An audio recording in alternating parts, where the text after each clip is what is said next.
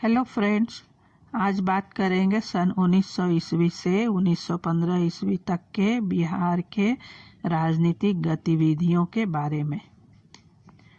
सन 1900 ईस्वी के पश्चात ढाका, चटगांव, कलकत्ता में क्रांतिकारियों का दल तैयार हो गया। सन 1905 में बंगाल विभाजन नीति और लॉर्ड कर्जन की दुष्टतापूर्ण नीति से क्षुब्ध होकर बंगाल के क्रांतिकारियों विप्लव की चिंगारी सुलगाने में अग्रसर हो गए थे। बंग भंग के विरोध में वंदे मातरम, भारत माता की जय, कर्जन मुर्दाबाद के नारे लगाते हुए क्रांतिकारियों को कारागार में भेजा जा रहा था। अनेकों अंग्रेजी शासन की लाठियां और गोलियों के शिकार हो गए थे। चौरी चौरा के नेताओं में शशांक मोहन हाजरा, सचिंद्र नाथ संथाल, रासबिहारी बोस आदि थे। इन क्रांतिकारी नेताओं ने क्रांतिकारी संगठनों को बनाने में अपना योगदान दिया था।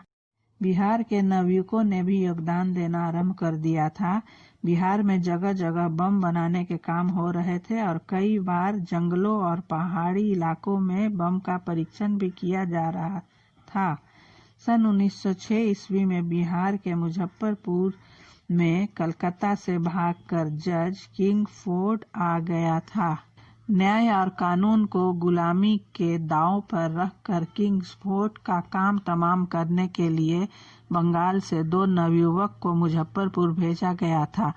वे ही नवयुवक खुदीराम बोस और प्रफुल्ल चंद्र थे। उन्होंने किंग्सफोर्ड पर बम फेंकने की कोशिश की, परंतु वे विफल रहे।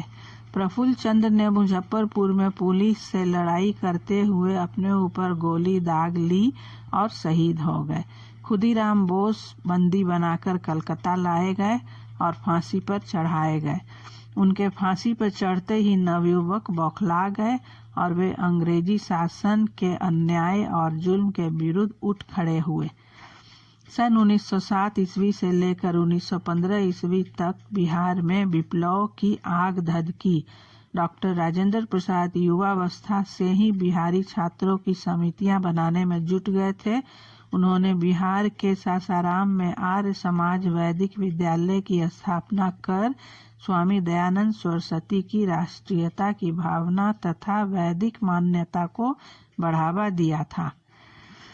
इनका कार्य क्षेत्र भारत से लेकर विदेशों तक था। गांधी के सत्याग्रह आंदोलन के दौर में अफ्रीका में उन्होंने अनेक सेवाएं की थी। पत्रकारिता के क्षेत्र में भारत से लेकर अफ्रीका तक भी उन्होंने अपना योगदान दिया था। अपने लेखों, भाषणों के माध्यम से उन्होंने दलाल सन्यासी से लेकर महात्मा गांधी तक सत्याग्रह की ओर उत्प्रेरित किया था। अफ्रीका में बसे हुए भारतवासियों को अपने अधिकारों के प्रति जागरूक रहने का भी संदेश दिए थे। भागलपुर से निकलने वाले साप्ताहिक पत्र आर्यावत के वे संपादक नियुक्त हुए थे।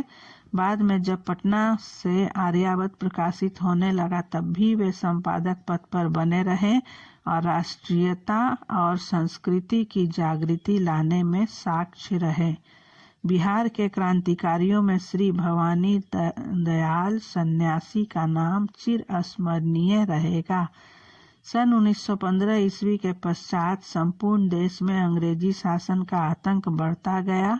पंजाब के जालियांवाला बाग कांड में अनेक बच्चे, नवयुवक, बूढ़े, महिलाएं पर निर्दयता पूर्वक गोली चलाई गई। इस आतंक का प्रभाव देश भर के सभी प्रांतों पर पड़ा। बिहार में भी जालियांवाला बाग कांड के विरोध में जगह जगह जुलूस, प्रदर्शन और नारे लगाए गए थे। बस आज के लिए इतना ही।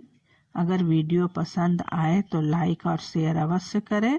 Subscribe my channel for more. Thank you.